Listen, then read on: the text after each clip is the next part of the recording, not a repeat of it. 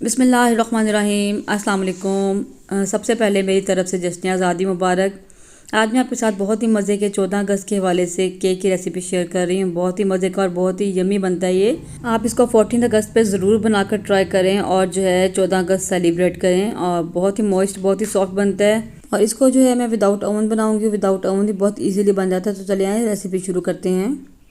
तो मज़ेदार सा केक बनाने के लिए सबसे पहले हमने जो है इसका स्पंज तैयार करना है। और इसके लिए मैंने यहाँ पर जो है प्रेशर कुकर को प्रीहीट होने के लिए रख दिया है। इसके अंदर मैंने एक जाली रखी है इस तरह की।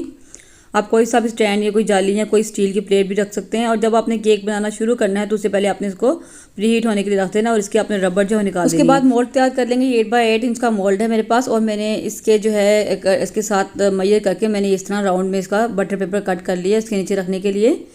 तो इसको मैं सबसे पहले ग्रीस करूँगी और इसके ऊपर हम बटर लगाएंगे। तो ऑयल से इसको हम ग्रीस करते हैं और इसको अच्छे से हर तरफ जो है ना ब्रश की मदद से लगा लेंगे। तो ऑयल को मैंने चारों तरफ लगा लिया। इसके ऊपर मैं बटर पेपर रखूँगी और इसको हम जो है ऊपर से भी ग्रीस कर देंगे। तो बस हमारा जो है ये मोल्ड भी रेडी हो जाएगा। इसको हम साइड पे कर देंगे। ये काम आपने सबसे पहले करना है। उसके बाद आपने केक की तैयारी शुरू करनी है। तो मोल्ड हमारा तैयार हो गया। इसको मैं साइड पे कर देती हूँ। और अब यहाँ पर हम केक बनाना शुरू करते हैं। तो उसके लिए मैंने यहाँ पर देखें तकरीबन 75 ग्राम मैंने मैदा लिया है। और ये तकरीबन आधे कप से तकरीबन 2 टेबल स्पून ज़्यादा है। इसमें से मैंने 1 टेबल स्पून निकाल दिया क्योंकि हमने इसमें कोको पाउडर भी ऐड करना है 1 टेबल स्पून। तो ये जो बेकरी के केक बनते हैं ये इसकी मेजरमेंट ये होती है कि 100 ग्राम मैदा, 100 ग्राम चीनी और 4 अंडे। स्पंज की बात कर रही हूँ मैं, जो हम स्पंज बनाते हैं क्रीम वाले केक के लिए। तो मैंने 75 ग्राम मैदा लिया, 3 अंडे मैंने यहाँ पे लिए हैं। तो मैंने यहाँ पर तकरीबन हाफ कप बना था मैदे का, यानी कि 2 टेबल स्पून ज़्यादा थे। इसमें से 1 टेबल स्पून हमने निकाल दिया है। और हाफ कप यहाँ पर चीनी है। 75 ग्राम चीनी है, ग्राम से अगर आप मेजर करें तो। और कप के लिहाज से हाफ कप चीनी है। तकरीबन हाफ कप मैदा है क्योंकि 1 टेबल स्पून मैंने इसमें से निकाला हुआ है। 3 अदद अंडे हैं हमारे पास। तकरीबन हाफ टी स्पून इसमें बेकिंग पाउडर जाएगा और 1 टीस्पून वनीला एसेंस हम इसमें यूज़ करेंगे। सबसे पहले क्या करेंगे, अंडों की जर्दियाँ और सफ़ेदियाँ अलग कर देंगे। मैं आपको बताती हूँ आपने जर्दियाँ और सफ़ेदियाँ इस तरीके से अलग करनी है। आपने एक बाउल में अलग से बाउल में आपने जो है अंडे को तोड़ लेना है। और इसको आपने तोड़ने के बाद इसमें से जर्दी को जो अपने हाथ में उठा लेना है और सफ़ेदी आपकी नीचे रह जाएगी।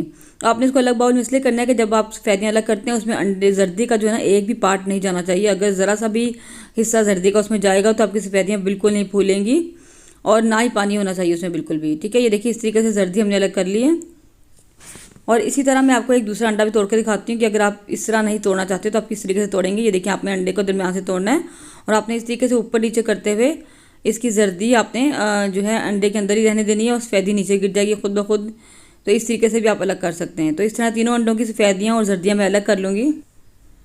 तो यहाँ पे देखें जर्दियाँ अलग कर ली और सफ़ेदियाँ अलग कर ली। इनको हम बीट करना शुरू करते हैं। और जैसे ही इसमें जो है झाग बनना शुरू होगी तो हमने चीनी को अपने पास रखना है और थोड़ी थोड़ी करके हम इसमें चीनी ऐड करते जाएंगे। जब तक झाग बनना नहीं शुरू होगी आपने इसमें चीनी ऐड नहीं करनी है। तो देखिए यहाँ पर झाग बनना शुरू हो गया तो इसमें हम चीनी आहिस्ता आहिस्ता ऐड करना शुरू करेंगे, एक एक चम्मच करके। और साथ साथ इसको बीट करते रहेंगे। आधी से ज़्यादा चीनी हम इसमें ऐड कर देंगे और थोड़ी सी चीनी को हम बचा लेंगे जिसको हम जर्दियों के अंदर ऐड करेंगे। तो देखिए यहाँ पर चीनी जो मैंने आधे से ज़्यादा शामिल कर दी है और अंडों की सफ़ेदियों को हमने बीट कर लिया। इस तरह की हो गई, देखिए काफ़ी इसमें स्टिफ पीक्स बनना शुरू हो गए हैं। तो इसको मैं साइड पे कर दूँगी। हम जर्दियों को बीट करते हैं और इसके अंदर चीनी ऐड करेंगे। आप चाहें तो इसके अंदर जर्दियों को एक एक करके डाल के थोड़ा सा इसके अंदर ही बीट कर सकते हैं। तो लेकिन अलग से बीट करने का ये फ़ायदा होता है कि ये भी थोड़ी सी फ्लफ़ी हो जाती हैं और अंडे की क्वांटिटी केक की क्वांटिटी जो है थोड़ी सी बढ़ जाती है और बहुत ज़्यादा सॉफ्ट बनता है केक आपका। तो इस तरह मैं जर्दियों में चीनी मिक्स करके उसको भी अच्छे से मैं बीट कर लूँगी और थोड़ा सा ये फूल जाएंगी। जी अंडों की जर्दियों को भी हमने बीट कर लिया। अब इसमें डालेंगे वनीला एसेंस, 1 टीस्पून में इसमें डालेंगे वनीला एसेंस। और साथ ही इसमें डालेंगे फूड कलर, क्योंकि 14 अगस्त का केक बना रहे हैं तो ग्रीन फूड कलर इसके अंदर ऐड करेंगे। तो मेरे पास यहाँ पाउडर फॉर्म में फूड कलर है, मैं वो डाल रही हूँ। अगर आपके पास लिक्विड है तो आप लिक्विड भी डाल सकते हैं। तो एक बार मैंने थोड़ा सा डाल दिया, तकरीबन 1 पिंच डाल लिया। उसके बाद मैं इसको मिक्स करूँगी और देख लेंगे अगर मज़ीद की ज़रूरत हुई तो हम और ऐड करेंगे। तो यहाँ फूड कलर मुझे कुछ कम लग रहा था और मेरे पास पाउडर वाला भी नहीं था तो मैंने यहाँ पर ब्लू कलर का 1 ड्रॉप ऐड किया है। और साथ ही 2 ड्रॉप्स मैंने यहाँ पर जो है येलो फूड कलर के ऐड किए हैं। तो ये दोनों मिलकर जो है ग्रीन कलर बन जाएगा अच्छा सा। तो देखें यहाँ कितना प्यारा कलर बन गया है और थोड़ा सा डार्क भी हो गया है। तो इसको अच्छे से मिक्स कर लेंगे। और जैसे ही ये मिक्स होगा तो साथ हम क्या करेंगे, इसको जो है जो हमने सफ़ेदियाँ बीट की थी, एग वाइट्स को हमने बीट किया था, उसके अंदर इसको ऐड कर देंगे और डालकर बिल्कुल इसको हल्का सा जो है मिक्स करेंगे। आपने बहुत ज़्यादा ओवर मिक्सिंग नहीं करनी क्योंकि सफ़ेदियाँ जो है बैठ जाएंगी। तो इसको डालकर हम बिल्कुल हल्का सा मिक्स करेंगे कि सब कुछ अच्छे से मिक्स हो जाए। तो उसको मिक्स कर लिया और मुझे यहाँ पर फूड कलर कुछ कम लगा था, तो मैंने थोड़ा सा ब्लू कलर और येलो कलर मज़ीद इसमें ऐड किया है ताकि थोड़ा डार्क हो जाए, क्योंकि हमने इसमें कोको पाउडर भी ऐड करना है, तो फिर कलर इसका जो है ग्रीन कलर बिल्कुल छुप जाएगा। तो इसको डालकर भी हम मिक्स कर लेंगे और जस्ट मिक्स करेंगे, उसके बाद इसमें हम मैदा ऐड कर देंगे। तो देखिए इनको मैंने सर्दियों को और सफ़ेदियों को अच्छे से मिक्स कर लिया। तो ये मैदा है मेरे पास, इसमें 1/2 टीस्पून डालेंगे बेकिंग पाउडर और 1 टेबलस्पून कोको पाउडर डालेंगे और डाल के इसको मिक्स कर लेंगे थोड़ा सा। और इसके बाद साथ साथ इसको छानते रहेंगे और जो है अंडों वाले मिक्सर में डालते रहेंगे और उसको आहिस्ता आहिस्ता फोल्ड कर लेंगे। बहुत हल्के हाथ से हमने फोल्ड करना है, तो वरना जो मिक्सचर है सारा आपका जो है बैठ जाएगा, जितना हमने इसको फुलाया है ये बिल्कुल बैठ जाएगा। तो थोड़ा सा इसको डालेंगे और इसको फिर फोल्ड करेंगे। आप चाहें तो इसको हाथों से भी फोल्ड कर सकते हैं, तो मैं इसको स्पैचुला की मदद से हल्के हल्के हाथ से फोल्ड कर लूँगी। थोड़ा थोड़ा मैदा इसमें डालती जाऊँगी और इसको मैं फोल्ड करती जाऊँगी। तो यहाँ पर तमाम ड्राई इंग्रेडिएंट्स हमने इसके अंदर डाल दिए हैं और इसको हम अच्छे से फोल्ड कर लेंगे। बिल्कुल हल्के हाथ से आपने फोल्ड करना है। तो देखिए मैंने यहाँ पर इसको अच्छे से मिक्स कर लिया, तमाम मिक्स हमारा रेडी हो गया। अब यहाँ पर मैं 2 से 3 टेबलस्पून दूध की ऐड करूँगी। थोड़ा सा मुझे ये सख्त लग रहा था तो मैं इसमें दूध ऐड कर रही हूँ। ठीक है, ये ऑप्शनल है, अगर आप चाहें तो डाल सकते हैं, नहीं तो आप स्किप भी कर सकते हैं। तो बस दूध को भी अच्छे से मिक्स कर लेंगे और इसके बाद इसको हम पैन में डाल देंगे या मोल्ड में डाल देंगे। ठीक है, और मोल्ड में डाल के इसको 2-3 बार टैप करेंगे और इसको हम बेक होने के लिए रख देंगे। तो इसको अच्छे से टैप कर लेंगे, 2-3 बार टैप करेंगे ताकि जितनी एयर बबल्स हैं वो निकल जाएं। और इसको मैं रख दूँगी प्रेशर कुकर के अंदर बेक होने के लिए। और स्पंज जो है बहुत जल्दी बेक हो जाता है, तकरीबन 25 मिनट्स में ईजिली बेक हो जाता है, वो भी प्रेशर कुकर में विदाउट ओवन। ओवन में तो और जल्दी बेक हो जाता है। तो देखिए बिल्कुल लो फ्लेम मैंने इसका किया हुआ है। तो यहाँ पे देखिए 25 मिनट्स हो चुके हैं, केक हमारा बेक हो चुका है। ये देखिए आपने 2-3 जगह से स्टिक को चेक करना है, क्योंकि बाज़ दफ़ा एक जगह से पक्का होता है और एक जगह से कच्चा रह जाता है। तो देखिए बिल्कुल मुकम्मल तौर पर डन हो चुका है। इसको मैंने निकाल दिया, इसको हम थोड़ा सा ठंडा करते हैं, फिर इसको मैं बाहर निकाल लेती हूँ मोल्ड में से। साइडों से हम इसको लूज़ करेंगे ताकि ईजिली बाहर आ जाए।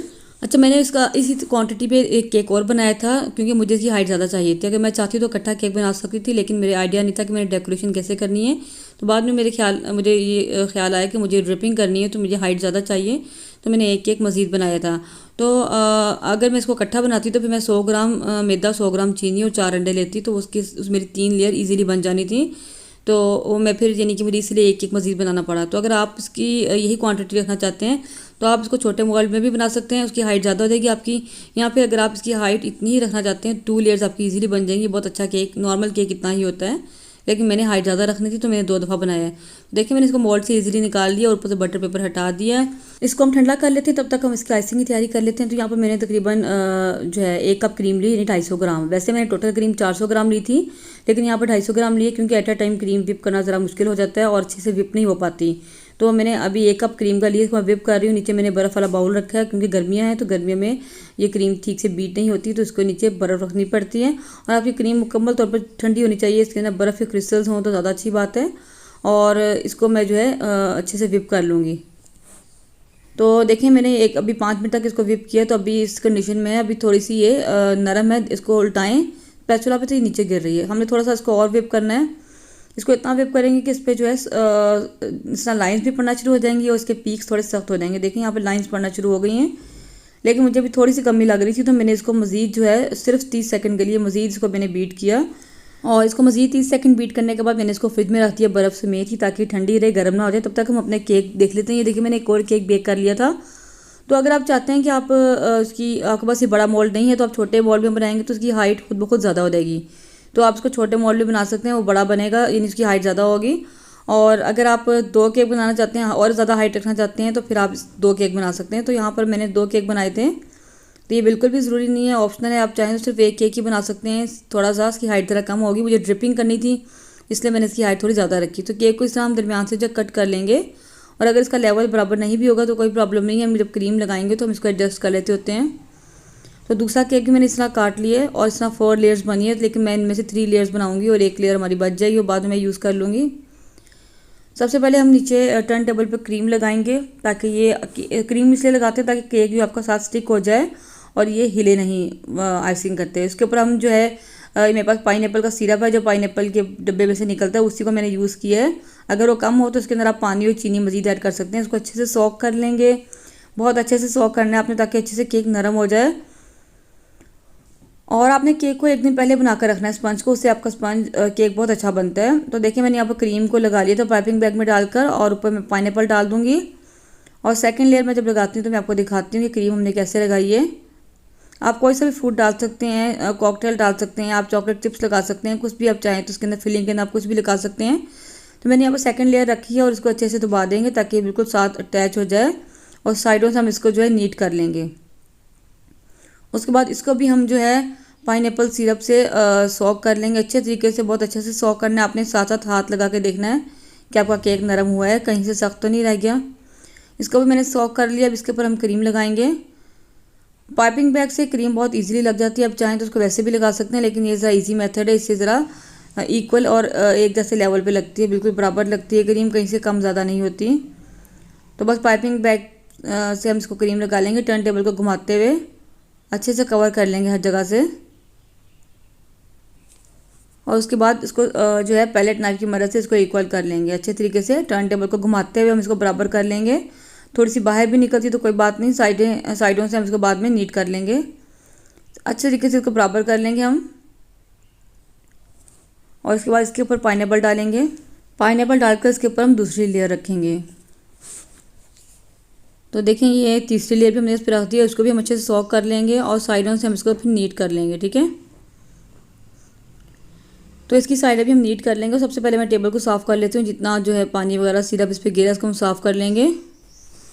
तो ये साइडें मैं इसको अच्छे तरीके से नीट कर लूँगी। और इसके बाद क्या करेंगे, पाइपिंग बैग में क्रीम डालकर हम इसके ऊपर क्रम कोट करेंगे। क्रम कोट क्या होता है, आपने इसको पतली सी लेयर क्रीम की लगानी होती है ताकि जो है आपके क्रम साथ अटैच हो जाएं, स्टिक हो जाएं। उसके बाद आप दोबारा जो क्रीम लगाते हैं वो नीट एंड क्लीन लगती है, उसके साथ क्रम्स नहीं लगते। ठीक है, इस तरीके से मैं सारी क्रीम थोड़ी थोड़ी जो है ऊपर और साइडों पर लगा दूँगी और इसको हम जो है पूरे केक पर फैला देंगे अच्छे तरीके से। बस थोड़ी थोड़ी लगानी होती है ताकि आपका केक जो है क्रम्स हैं सारी पहली क्रीम के साथ अटैच हो जाएँ और बाद में जो आप क्रीम लगाएंगे वो आपकी नीट एंड क्लीन लगेगी। तो इस तरीके से मैं सारे को कवर कर लूँगी बिल्कुल पतली सी लेयर के साथ। तो देखिए क्रम कोटिंग हमने कर ली है और क्रीम को मैंने चारों तरफ लगा दिया, बिल्कुल पतली सी लेयर लगा दी। इसको हम फ्रिज में रख देंगे, अच्छे से ठंडा कर लेंगे ताकि सारे क्रम्स जो बिल्कुल साथ अच्छे से स्टिक हो जाएँ। और देखिए उसके बाद ये मैंने फाइनल लेयर भी लगा दिया। बिल्कुल इसी तरीके से मैंने पाइपिंग बैग में डाल कर क्रीम को साइडों पर लगाया और ऊपर लगाया और उसके बाद मैं इसको ऊपर से लेवल कर रही हूँ। अच्छा, सबसे अच्छा जो केक नीट होता है ना इसी कार्ड्स की मदद से होता है। वैसे मेरे पास स्पैचुला वो भी है, स्क्रैपर भी है, लेकिन उससे इतना जो है नीट नहीं होता जितना कार्ड से नीट होता है। तो इस तरीके से देखिए कार्ड की मदद से आपने ऊपर से अच्छे तरीके से इसको नीट कर लेना है। सिंपल मैंने पाइपिंग बैग में क्रीम डालकर साइडों पर लगाई और पैलेट नाइफ से उसको मैंने सीधा कर लिया। उसके बाद मैंने कार्ड से इसको टर्न टेबल घुमाते हुए मैंने इसको बराबर कर लिया और देखिए अब मैं इस तरीके से इसको जो ऊपर से भी साफ़ कर रही हूँ। तो उसके बाद क्या करेंगे, केक को हम उठाकर जो है बोर्ड पे रखेंगे। किस तरीके से आपने उठाना है, नीचे आपने पैलेट नाइफ रखनी है और कोई और आपके पास सीधा चम्मच है तो उसकी मदद से आप केक को उठाएंगे और इसको मैं बोर्ड पे रखूँगी, केक बोर्ड पे रख देंगे और इसको हम फ्रिज में रखकर अच्छे से ठंडा कर लेंगे क्योंकि हमने इसको ड्रिपिंग करनी है। 2 घंटे के लिए आपने इसको फ्रिज में रखना है। अगर फ्रीज़र में रख रहे हैं तो 1 घंटे के लिए आप रखेंगे ताकि क्रीम ठंडी हो जाए अच्छे से। तो यहाँ पर मैंने ड्रिपिंग करने के लिए वाइट चॉकलेट ली है तकरीबन 100 ग्राम्स और 50 ग्राम मेरे पास यहाँ पर फुल फैट क्रीम है जो नेस्ले की होती है, मिल्क पैक की। ठीक है, इसको मैंने फुल गर्म यानी 20 सेकंड के लिए मैंने ओवन में रखा था, ये फुल गर्म हो गया। इसको मैं चॉकलेट के अंदर डालूंगी और अच्छे से मिक्स कर लेंगे तो साथ चॉकलेट भी हमारी मेल्ट हो जाएगी। तो हमारा चॉकलेट गनाश रेडी हो चुका है ड्रिपिंग के लिए। ड्रिपिंग के लिए ये कंसिस्टेंसी बिल्कुल ठीक है, आपने बिल्कुल मेजरमेंट इतनी ही लेनी है यानी 100 ग्राम चॉकलेट और 50 ग्राम क्रीम, यानी आपने जितनी चॉकलेट लेनी है उसे हाफ क्वांटिटी में आपने क्रीम लेनी है। तो अच्छे से मिक्स कर लेंगे। अच्छा ये देखिए अभी गर्म है, मुझे थोड़ी सी सख्त लग रही है तो मैं यहाँ पे दूध ऐड करूँगी क्योंकि अभी से ठंडे होना है तो थोड़ी सी और हार्ड हो जाएगी। ड्रिपिंग के लिए थोड़ी सी नरम थोड़ी सी पतली कंसिस्टेंसी चाहिए होती है जो ठंडे होने के बाद इतनी हो जाए कि वो ईजिली ड्रिप हो सके। तो देखिए मैं अपने ज़रूरत के मुताबिक इसमें दूध ऐड कर रही हूँ। थोड़ा थोड़ा आपने दूध इतना ऐड करना है, अगर ज़रूरत होगी तो ऐड करेंगे और अगर आपको ज़रूरत नहीं है तो आप नहीं ऐड करेंगे। तो यहाँ पर मैंने फूड कलर भी ऐड कर दिया, इसके अंदर ब्लू ऐड कर रही हूँ 1 ड्रॉप और 2 ड्रॉप्स मैंने इसमें येलो फूड कलर की ऐड की हैं और ये बन जाएगा ग्रीन कलर। और इसको अच्छे से मिक्स कर लेंगे और कलर देख लेंगे, अगर ज़रूरत हुई तो मज़ीद इसमें बाद में और ऐड कर लेंगे। तो देखिए कितना प्यारा सा कलर आ गया इस पर और चॉकलेट गनाश हमारी रेडी हो चुकी है। तो यहाँ पर मुझे फूड कलर थोड़ा सा कम लगा तो मैंने 1 ड्रॉप ब्लू कलर का मज़ीद ऐड किया है और ब्लू कलर 1 ड्रॉप डालने से बहुत ज़्यादा ब्लूइश हो गया था। मैंने फिर इसमें 2 ड्रॉप्स जो हैं येलो फूड कलर के भी ऐड किए तो फिर बिल्कुल बराबर हो गया। तो देखें ये इसकी कंसिस्टेंसी ऐसी है और अब ये हॉट है, गर्म है, ठंडा होने के बाद थोड़ी सख्त हो जाएगी। तो देखिए केक हमारा चिल हो चुका है मुकम्मल तौर पे और देखिए ये ठंडी होने के बाद ऐसी हो चुकी है। तो आपने दूध इतना ऐड करना है कि जितना ही ठंडी होने के बाद आपको लगे कि ईजिली ड्रिप हो जाएगी। तो मैं इसको केक के ऊपर डालूंगी। अच्छा, केक अगर आपका गर्म होगा तो ये ख़राब हो जाएगी, जब आप गनाश ऊपर डालेंगे तो वो भी ख़राब हो जाएगी, केक भी ख़राब हो जाएगा। आपने केक को मुकम्मल चिल करना अच्छे तरीके से। तो मैं दरमियान में इसको डालूंगी और स्पैचुला पैलेट नाइफ को हल्के हाथ से इसके ऊपर रखकर टर्न टेबल में घुमाते रहेंगे। तो यहाँ मुझे कुछ कम लगी थी गनाश, तो मैंने जो है मज़ीद इसके ऊपर और डाल दी है। और इसको हल्के हाथ से हम ऊपर हाथ हल्का सा रखेंगे, पैलेट नाइफ ऊपर रखेंगे और हम टर्न टेबल घुमाते रहेंगे, तो ये खुद ब खुद फैलती रहेगी और नीचे ड्रिप हो जाएगी। तो बहुत हल्के हाथ से आपने करना है, हाथ बिल्कुल हल्के आपने रखना है, वरना फिर क्या होगा कि आपके पास जो क्रीम नीचे वाली है वो भी साथ उतरती रहेगी। तो देखें गनाश हमने लगा ली है और जितनी भी नीचे बचेगी गिरी है इसको हम साफ़ कर लेंगे बाद में। अब जो रहेगी है ड्रिपिंग इसकी, वो मैं इसको पाइपिंग बैग में डाल के इसको जो है खुद ड्रिप कर लूँगी, ताकि ये जो है कहीं से रह ना जाए। और जितनी नीचे बैग है इसको हम साफ़ कर लेते हैं अभी। इसको मैं पैलेट नाइफ की मदद से साफ़ कर लूँगी। और टर्न टेबल को भी हम जो है टिश्यू या किसी कपड़े से अच्छे तरीके से साफ़ कर लेंगे, ठीक है। और अब यहाँ पे मैंने फॉन्डेंट लिया, इसका चांद और तारा बनाने के लिए वाइट कलर की फॉन्डेंट है। इसको मैंने इस तरीके से हमने नरम कर लेना है। ये बिल्कुल सख्त होती है, इसको आप यहाँ पे 10 सेकंड के लिए माइक्रोवेव करेंगे, नरम हो जाएगी। उसके बाद हाथों में इसको अच्छे तरीके से खींचते हुए स्ट्रेच करते हुए करेंगे तो ये नरम ईजिली हो जाती है। तो इसको मैं बेल लूँगी। नीचे मैंने आइसिंग शुगर डाली है, वैसे ही साथ चिपक जाती है, तो आपने आइसिंग शुगर डालकर इसको बेलना है।